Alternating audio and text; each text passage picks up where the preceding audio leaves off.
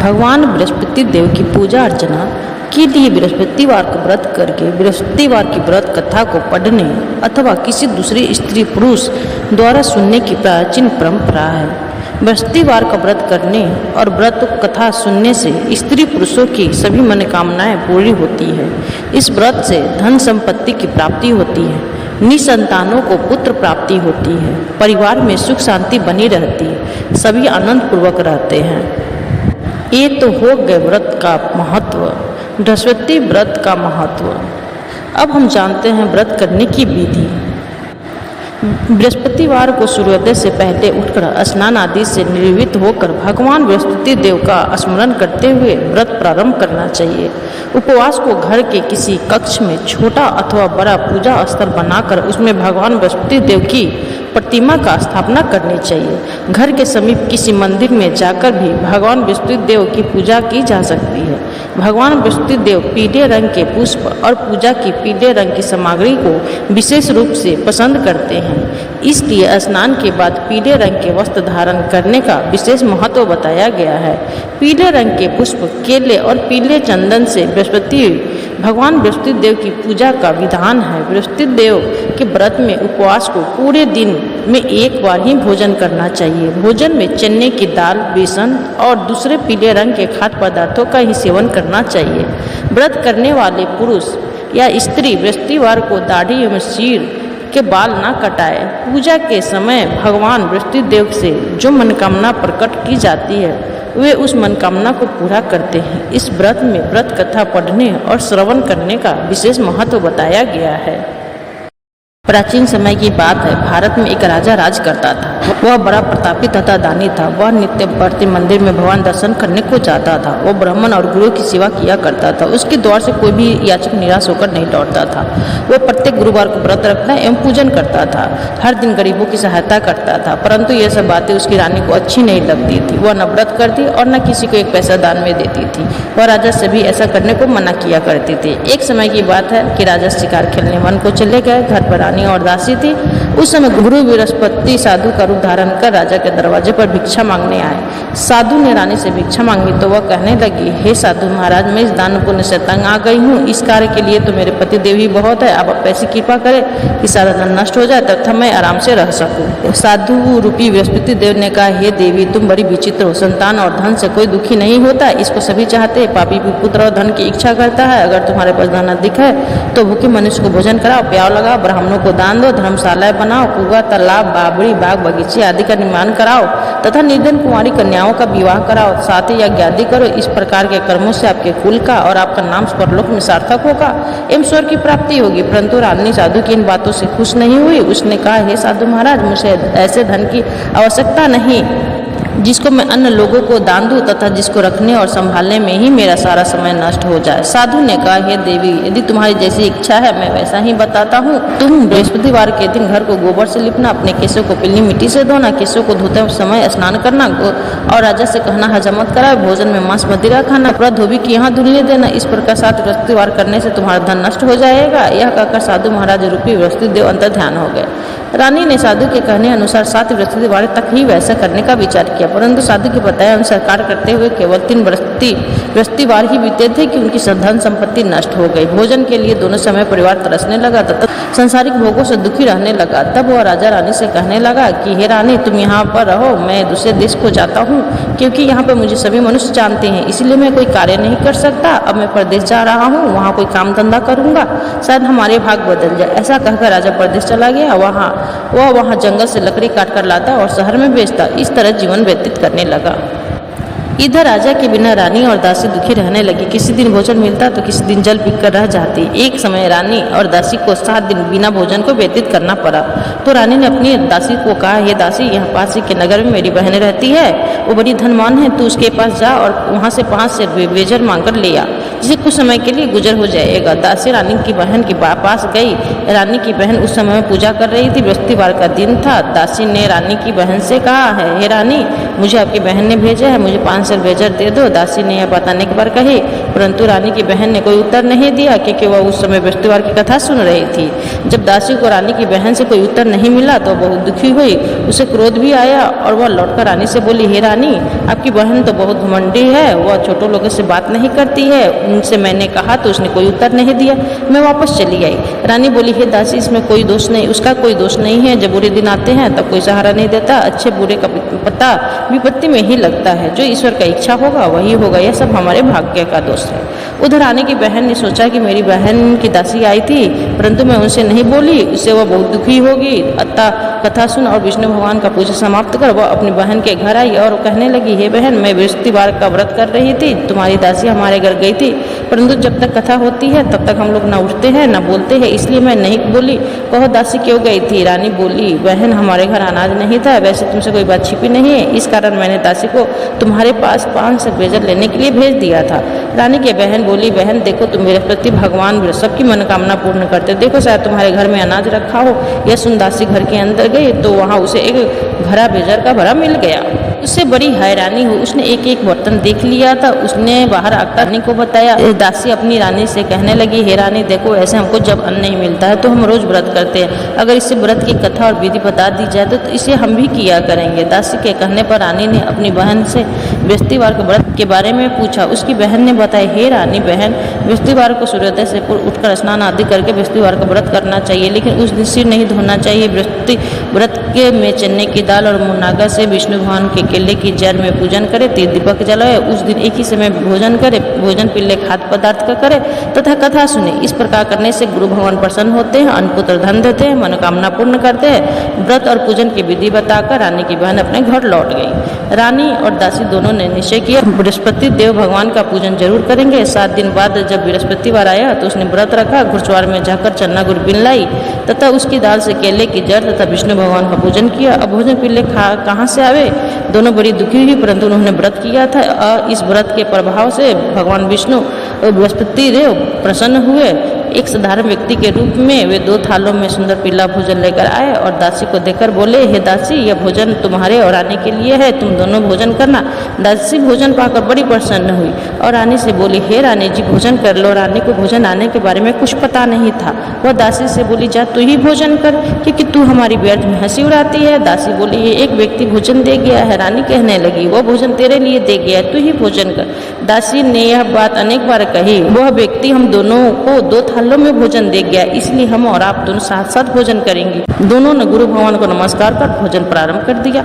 उसके बाद वे प्रत्येक बृहस्पतिवार को गुरु भगवान का व्रत और पूजन करने लगे। बृहस्पति व्रत की कृपा से उनके पास धन हो गया, परंतु रानी फिर पहले की तरह आलस करने लगी। तब दासी बोली, देखो रानी, तुम पहले भी इस प्रकार आलस करती थी, तुम्हें धन को रखने में कष्ट होता था, इस कारण सभी धन नष्ट हो गया। अब तुम्हें भगवान की कृपा से धन मिलता है तो फिर तुम्हें आलस होता है। बड़ी मुसीबतों के बाद हमने यह धन पाया है, इसलिए हमें दान पुण्य करना चाहिए। भूखे मनुष्य को भोजन कराओ, प्याव लगाओ, ब्राह्मणों को दान दो, कुआं, तालाब, बावड़ी आदि का निर्माण करा के मंदिर पाठशाला बनवाकर दान दो, कुंवारी कन्याओं का विवाह कराओ, धन को शुभ कार्यों में खर्च करो, जिससे तुम्हारे कुल का यश बढ़े और स्वर्ग की प्राप्ति हो, पितृ प्रसन्न हो। दासी की बात मानकर रानी ने इसी प्रकार के कर्म करने प्रारंभ कर दिए, जिससे उनका काफी यश फैलने लगा।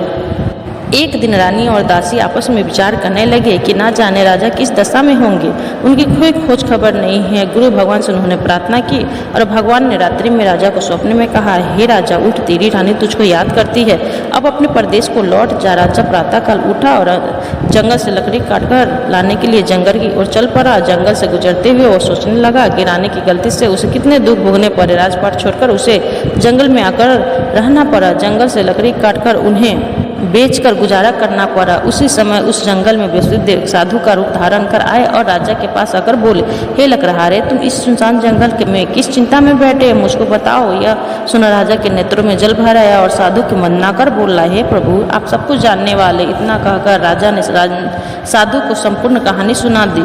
महात्मा दयालु होते हुए राजा से बोले, हे राजा, तुम्हारी पत्नी बृहस्पति देव के प्रति अपराध किया था, जिसके कारण तुम्हारी यह दशा हुई है। अब तुम किसी प्रकार की चिंता मत करो, भगवान तुम्हें पहले से अधिक धन देंगे। देखो तुम्हारी पत्नी ने बृहस्पतिवार का व्रत करना प्रारंभ कर दिया। अब तुम भी बृहस्पतिवार का व्रत करके चने की दाल और गुड़ जल के लोटे में डालकर केले का पूजन करो, फिर कथा कहो या सुनो, भगवान तुम्हारी सब मनोकामना पूर्ण करेंगे। साधु को प्रसन्न देखकर राजा बोले, हे प्रभु, मुझे लकड़ी बेचकर इतना पैसा नहीं बचता जिसको भोजन करने के उपरांत कुछ बचा सकूं। मैंने रात्रि में अपने रानी को व्याकुल देखा है, मेरे पास कोई साधन नहीं है जिससे समाचार जान सकूं। फिर मैं बृहस्पति देव की क्या कहानी कहूँ, मुझको तो मालूम भी नहीं है। साधु ने कहा, हे राजा, तुम किसी बात की चिंता मत करो। बृहस्पति देव के दिन तुम रोजाना की तरह लकड़ी लेकर शहर को जाओ, तुम्हें रोज से दुगुना धन प्राप्त होगा, जिससे तुम भली भांति भोजन कर लोगे और बृहस्पति देव की पूजा का सामान भी आ जाएगा। बृहस्पति देव की कथा अब इस प्रकार है। प्राचीन काल में एक बहुत ही निर्धन ब्राह्मण था, उसके कोई संतान नहीं था। वह नित्य पूजा पाठ करता, उसकी स्त्री बहुत मलिनता के साथ रहती, तो वह न स्नान करती न किसी देवता का पूजन करती। प्रातः काल उठते ही सर्वप्रथम भोजन करती, बाद में अन्य कार्य करती थी। ब्राह्मण देवता बहुत दुखी रहते थे, पत्नी को बहुत समझाते, परंतु उसका कोई परिणाम न निकला। भगवान की कृपा से ब्राह्मण की स्त्री के कन्या उत्पन्न हुई। वह कन्या अपने पिता के घर में बड़ी होने लगी। वह बालिका प्रातः स्नान करके भगवान विष्णु का जप करती। वह बचपन से ही बृहस्पतिवार का व्रत भी करने लगी। पूजा पाठ समाप्त कर स्कूल जाती तो मुट्ठी में जौ भर कर ले जाती और पाठशाला के मार्ग में डालती जाती। वही जो स्वर्ण के हो जाते तो लौटते समय उसको बीन कर ले आती। एक दिन वह बालिका सुख में उन सोने के जौ को फटक कर साफ कर रही थी, तभी उसकी माँ ने देख लिया और कहा, हे बेटी, सोने के जौ को फटकने के लिए सोने का सुख होना चाहिए। दूसरे दिन गुरुवार था। इस कन्या ने व्रत रखा और बृहस्पति देव से प्रार्थना करके कहा, हे प्रभु, यदि मैंने सच्चे मन से आपकी पूजा की हो तो मुझे सोने का सुख दे दो। बृहस्पति देव ने उसकी प्रार्थना स्वीकार कर ली। रोजाना की तरह वह कन्या जौ फैलाती हुई स्कूल चली गई। तब स्कूल से लौटकर जब वह जौ बिन रही थी तो बृहस्पति देव की कृपा से उसे सोने का सुख मिला। उसे वह घर ले आई और उसे जौ साफ करने लगी, परंतु उसकी माँ का वही ढंग रहा। एक दिन की बात है, वह कन्या सोने के सुख में जौ साफ कर रही थी। उस समय उस नगर का राजकुमार वहां से होकर निकला। इस कन्या के रूप और सोने के सुख में जौ साफ करते देख वह उस कन्या पर मोहित हो गया। राजमहल आकर वह भोजन तथा जल त्यागकर उदास होकर लेट गया। राजा को जब राजकुमार द्वारा अन्न जल त्यागने का समाचार ज्ञात हुआ तो अपने मंत्रियों के साथ वह अपने पुत्र के पास गए और बोले, हे बेटा, तुम्हें किस बात का कष्ट है? किसी ने अपमान किया है अथवा कोई अन्य कारण हो तो मुझे बताओ, मैं वही कार्य करूंगा जिससे तुम्हें प्रशंसा होगी। राजकुमार ने अपने पिता की बातें सुनी तो वह बोला, पिताजी, मुझे आपकी कृपा से किसी बात का दुख नहीं है। किसी ने मेरा अपमान नहीं किया है, परंतु मैं उस लड़की के साथ विवाह करना चाहता हूँ जो सोने के सुख में जौ साफ कर रही थी। यह सुन राजा आश्चर्य में पड़ गया और बोला, हे बेटा, इस तरह कन्या का पता तुम्हें लगा, मैं उसके साथ तुम्हारा विवाह अवश्य करा दूं। राजकुमार ने राजा को उस लड़की के घर का पता बताया। मंत्री उस लड़की के घर गया और राजा का आदेश ब्राह्मण को सुनाया। कुछ ही दिन बाद ब्राह्मण की कन्या का विवाह राजकुमार के साथ संपन्न हो गया। कन्या के घर से जाते ही उस ब्राह्मण देवता के घर में पहले की भांति गरीबी का निवास हो गया। अब भोजन के लिए भी अन्न बड़ी मुश्किल से मिलता था। एक दिन की दुखी होकर ब्राह्मण देवता अपनी पुत्री से मिलने गया। बेटी ने पिता की दुखी अवस्था को देखा और अपनी माँ का समाचार पूछा। ब्राह्मण ने सभी हाल कहा। कन्या ने बहुत सा धन देकर अपने पिता को विदा कर दिया। इस तरह ब्राह्मण का कुछ समय सुखपूर्वक व्यतीत हुआ, लेकिन कुछ दिन बाद वही हाल हो गया। ब्राह्मण फिर अपनी कन्या के यहाँ गया और सभी हाल कहा तो पुत्री बोली, हे पिताजी, आप माता जी को यहाँ लेवा लो, मैं उन्हें विधि बता दूंगी जिससे गरीबी दूर हो जाए। ब्राह्मण देवता अपनी स्त्री को साथ लेकर अपनी पुत्री के पास राजमहल पहुंचा तो पुत्री अपनी माँ को समझाने लगी, हे माँ, तुम प्रातः काल उठकर प्रथम स्नान आदि करके विष्णु भगवान का पूजन करो तो सब दरिद्रता दूर हो जाएगी। परंतु उसकी माँ ने उसकी एक बात नहीं मानी। वह प्रातः काल उठकर अपनी पुत्री का बचा जूठा खा लेती थी। एक दिन उसकी पुत्री को बहुत गुस्सा आया। उसने एक रात एक कोठरी से सारा सामान निकाल दिया और अपनी माँ को उसमें बंद कर दिया। प्रातः काल उसमें से निकालकर स्नान आदि करा के पूजा पाठ करवाया तो उसकी माँ की बुद्धि ठीक हो गई। इसके बाद वह नियम से पूजा पाठ करती और प्रत्येक बृहस्पतिवार को व्रत करने लगी। इस व्रत के प्रभाव से उसकी माँ भी बहुत धनवान हो गई। बृहस्पति देवता के प्रभाव से स्वर्ग को गई। वह ब्राह्मण भी सुखपूर्वक इस लोक को सुख भोग कर स्वर्ग को प्राप्त हुआ। इस तरह कहानी कहकर साधु देवता वहां से लोप हो गए। धीरे धीरे समय व्यतीत होने पर बृहस्पतिवार का दिन आया। राजा जंगल से लकड़ी काटकर किसी शहर में बेचने गया। उसे उस दिन से अधिक धन मिला।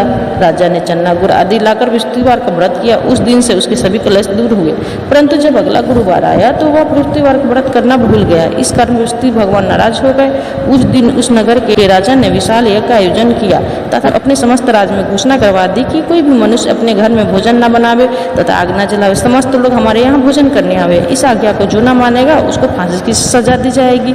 राजा की आज्ञा अनुसार आज के सभी वासी राजा के भोज में सम्मिलित हुए, लेकिन लग रहा हारे कुछ कुछ देर से पहुंचा, इसलिए राजा उसको अपने साथ महल में ले गए। परंतु राजा लकड़हारे को भोजन करा रहे थे तो रानी की दृष्टि उस खुटी पर पड़ी जिस पर उसका हार लटका हुआ था। उसे हार खुटी पर लटका दिखाई नहीं दिया।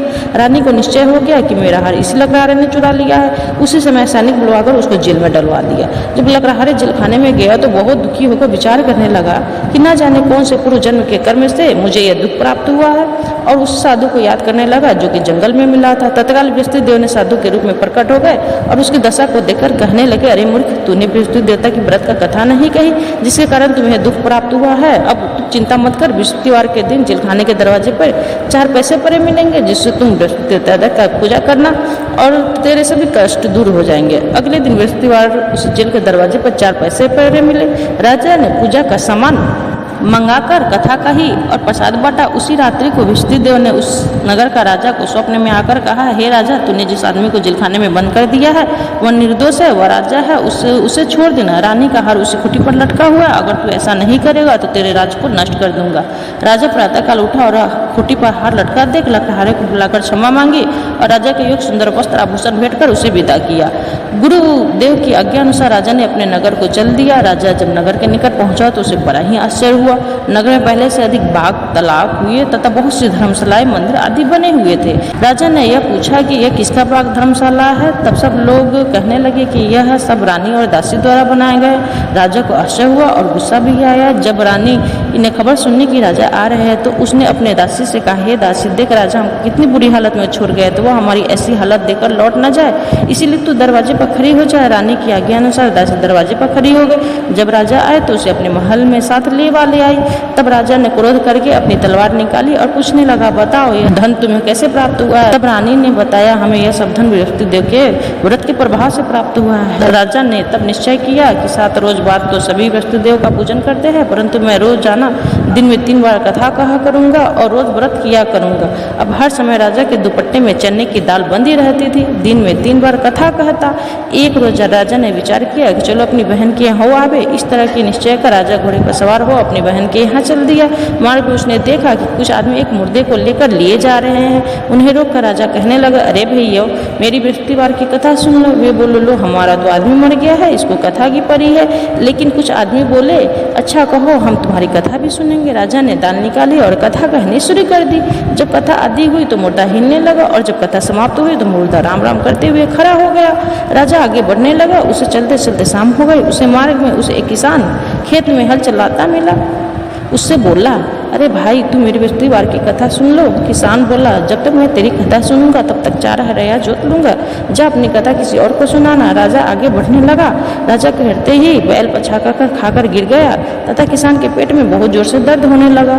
उसी समय किसान की माँ रोटी लेकर आई। उसने जब यह देखा तो अपने पुत्र से सब हाल पूछा। बेटे ने सभी हाल बता दिया। बुढ़िया दौड़ी दौड़ी उस घुड़सवार के पास गई और उससे बोली, मैं तेरी कथा सुनूंगी, तू अपनी कथा मेरे खेत पे ही चलकर कहना। राजा ने लौटकर बुढ़िया के खेत पर जाकर कथा कही, जिसे सुनते ही बैल घरे हो गए तथा किसान के पेट का दर्द भी बंद हो गया। राजा अपनी बहन के घर पहुंचा। बहन ने भाई को खूब मेहमानी की। दूसरे रोज प्रातःकाल राजा जगा तो वह देखने लगा कि सब लोग भोजन कर रहे हैं। राजा ने अपनी बहन से पूछा कि ऐसा कोई मनुष्य नहीं है जो भोजन नहीं किया हो, जो मेरी बृहस्पतिवार का व्रत की कथा सुन ले। बहन बोली, हे भैया, यह देश ऐसा है, पहले यहाँ लोग भोजन करते हैं, बाद में अन्य कार्य करते हैं। अगर पड़ोस में हो तो दिखाती हूँ। ऐसा कहकर बहन देखने चली गई, परंतु उसे कोई ऐसा व्यक्ति नहीं मिला जिसने भोजन न किया हो। फिर वह एक कुम्हार के घर गई जिसका लड़का बीमार था। उसे मालूम हुआ कि उसके यहाँ 3 दिन से किसी ने भोजन नहीं किया है। रानी ने अपने भाई की कथा सुनने के लिए कुम्हार से कहा। वह कुम्हार तैयार हो गया। राजा ने जाकर बृहस्पतिवार की कथा कही, जिसको सुनकर उसका लड़का ठीक हुआ। अब तो राजा की प्रशंसा होने लगी। एक दिन राजा ने अपनी बहन से कहा, हे बहन, मैं अपने घर को जाऊंगा, तू भी तैयार हो जाओ। राजा की बहन ने अपनी सास से अपने भाई के साथ जाने की आज्ञा मांगी।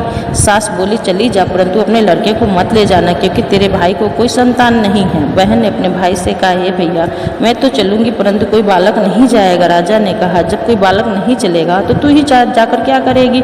दुखी मन से राजा अपने नगर को लौट आया। राजा ने अपनी रानी से कहा, हम निसंतान हैं, इसलिए कोई हमारे घर आना पसंद नहीं करता। इतना कहकर भोजन आदि शैया पर लेट गया। रानी बोली, हे प्रभु, बृहस्पति देव ने हमें सब कुछ दिया है, वे हमें संतान भी अवश्य देंगे। उसी रात बृहस्पति देव ने राजा को स्वप्न में कहा, हे राजा उठ, सभी सोच को त्याग दे, तेरी रानी गर्भवती है। राजा को यह जानकर बड़ी खुशी हुई। 9वें महीने रानी के गर्भ से एक सुंदर पुत्र पैदा हुआ। जब राजा की बहन ने यह सब शुभ समाचार सुना तो बहुत खुशी हुई तथा बधाई लेकर अपने भाई के यहाँ आई। तभी रानी ने कहा, घोड़ा चढ़कर नहीं आई है, गद्दा चढ़ी आई है। राजा की बहन बोली, हे भाई, मैं इस प्रकार ना कहती तो तुम्हें औलाद कैसे मिलता। बृहस्पति देव ऐसी ही हैं जिसके मन में जो कामनाएं होती है सभी को पूर्ण करते हैं। जो सद्भावना पूर्वक व्यक्तिवार का व्रत करता है एवं कथा पढ़ता है तथा सुनता है, दूसरों को सुनाता है, बृहस्पति देव उसकी सभी मनोकामनाओं को पूर्ण करते हैं। बृहस्पति देव उनकी सदैव रक्षा करते हैं। जो संसार में सद्भावना एवं सच्चे हृदय से बृहस्पति देव के पूजन करते हैं उसकी सभी मनोकामना उसी प्रकार पूर्ण होती है। जैसे रानी और राजा ने बृहस्पति देव की कथा का गुणगान किया, उसकी सभी इच्छाएं बृहस्पति देव ने पूर्ण की। मनुष्य को हृदय से नमन करते हुए जय जयकार बोलना चाहिए। बोलो बृहस्पति भगवान की जय। कथा समाप्तम। जय बृहस्पति देवा स्वामी, जय बृहस्पति देवा। छिनी छिनी भोग लगाऊं, कैदिली फल मेवा। ओम जय बृहस्पति देवा, तुम पूरन परमात्मा, तुम अंतर्यामी। जगत पिता जगदीश्वर, जगत पिता जगदीश्वर, तुम सबके स्वामी। ओम जय बृहस्पति देवा, चरणामृत निज निर्मल, सब पातक हरता हो स्वामी, सब पातक हरता। सकल मनोरथ दायक कृपा करो भरता। ओम जय बृहस्पति देवा, तन मन धन अर्पण कर, जो जन शरण परे हो स्वामी, जो जन शरण परे। प्रभु पर कट तब होकर आकर द्वार खरे। ओम जय बृहस्पति देवा, दीन दयाल दयानिधि, भक्तन हितकारी हो स्वामी, भक्तन हितकारी। पाप दोष सब हरता, भव बंधन हारी। ओम जय बृहस्पति देवा, सकल मनोरथि दायकी, सब संशय हारी हो स्वामी, सब संशय हारी। विषय विकार मिटाओ, संतन सुखकारी। ओम जय बृहस्पति देवा, जो कोई आरती तेरी प्रेम सहित गावे हो स्वामी, प्रेम सहित गावे। ज्येष्ठानंद आनंद कर, सो निश्चय पावे। ओम जय बृहस्पति देवा। एक बार सच्चे हृदय से बोलो बृहस्पति भगवान की जय, विष्णु भगवान की जय। जय जय सीताराम।